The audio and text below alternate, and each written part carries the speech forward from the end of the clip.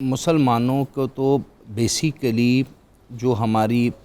Initial اگر آپ دیکھیں کچھ حکومتیں رہیں،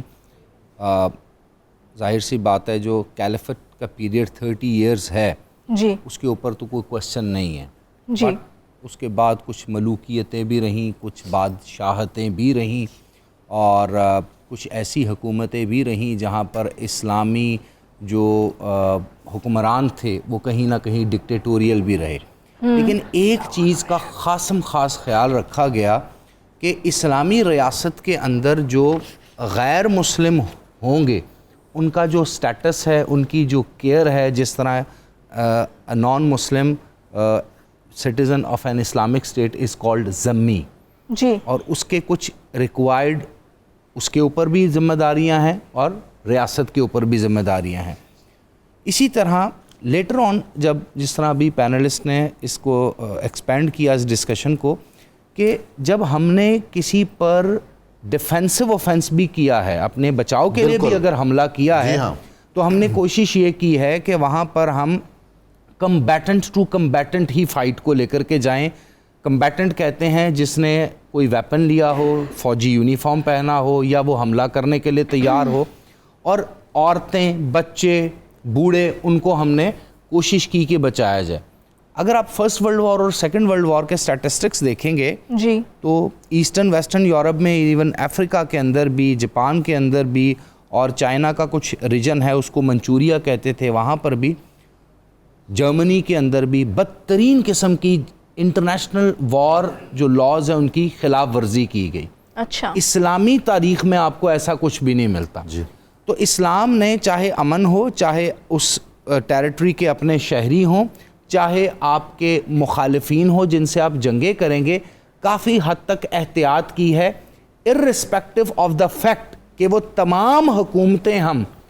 اسلامی خلافتیں خود بھی نہیں مانتے، وہ ملوکیتیں بھی تھیں۔ صحیح ہے۔ ایک تو ظاہر سی بات ہے خلافت راشدہ ہے، اس کے بعد کی بہت سی حکومتوں کو ہم اسلامی ہم تو ان کو ملوکیت مانتے ہیں، لیکن اس میں بھی جو چال چلن تھا ملک کا یا بادشاہ کا وہ بڑا ہی ریسٹرکٹڈ تھا، یعنی وہ اس طرح مثلا آپ دیکھیں جب اسپین فتح کیا تو کوئی ایک مثال بتائیں قتل و غارت کی ہو؟ نہیں۔ افریقہ میں گئے، کوئی ایسی چیز آپ مجھے بتائیں؟ اس کے بعد جب یہاں پر ایون بر صغیر میں بھی آئے اور یہاں پر بھی ایکسپینشنزم ہوا، محمد بن قاسم یہاں پر آئے، ملتان تک آگے گئے، سندھ کے بہت سے علاقوں میں گئے، تو اس طرح سے اسلام کا جو ایکسپینشنزم تھا وہ بلڈی ایکسپینشنزم بھی کبھی نہیں رہا۔ تو یہ ایک جواب تھا اسلام کا اس وقت کی طاقتوں کو کہ ہم جب ایکسپینڈ ہوتے ہیں تو ہم اس طرح یہ کام نہیں کرتے، یہاں تک کہ ان ریاستوں کے کچھ اپنے پولیٹیکل مفاد بھی تھے۔ اب ایک دوسرے پرسپیکٹو میں آتے ہیں کہ ہمارے ہاں اس کا ہم نے کیا طریقہ کیا۔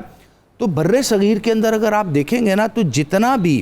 اسلامک کلچر ڈیولپ ہوا ہے، جی جو مردوں نے، عورتوں نے، بچوں نے، جو اسپیسیفکلی ہندو اور سکھ تھے، جین تھے، انہوں نے اڈاپٹ کیا ہے، وہ صوفیزم کی وجہ سے ہے، مسٹسزم کی وجہ سے ہے۔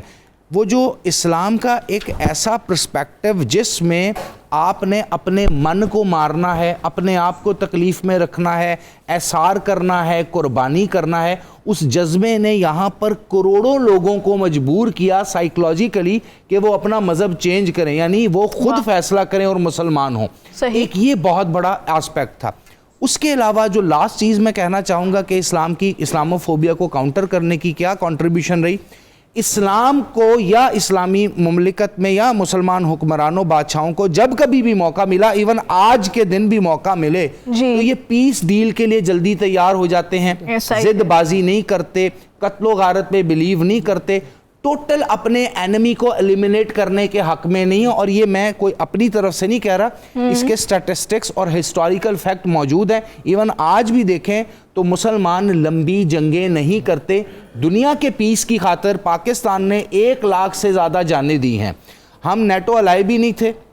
وار آن ٹیرر میں فرنٹ لائن سٹیٹ تھے، آج 22واں 23واں سال ہے، آج حد تک ہم بھگت رہے ہیں ٹیررزم کو، ملیٹنسی کو، صرف اور صرف ویسٹ کی وجہ سے۔ پیداوار بھی ان کی تھی، بچانا بھی ان کا تھا۔ تو یہ ہم تو مسلمان کہیں پر بھی اسلامی ملک میں رہنے والے لوگ جو بھی جس بھی نظام میں رہتے ہیں وہ سیکریفائز بھی کرتے ہیں اور ثابت بھی کرتے ہیں، اور آج بھی ہم ایون غزہ کے مسئلے میں بھی جتنا کچھ ہو چکا ہے ابھی بھی ہم امن کا راستہ لینا چاہتے ہیں. ہم نہیں کہتے کہ ہم بہت زیادہ اسلامک جہاد کر کے وہاں ان کو ایلیمنیٹ کریں گے جوز کو. ہم کہتے ہیں اس کا کوئی پیسفل حل نکالا جائے. تو اسلام تو اس طرح سے چل رہا ہے. بہت بہت شکریہ.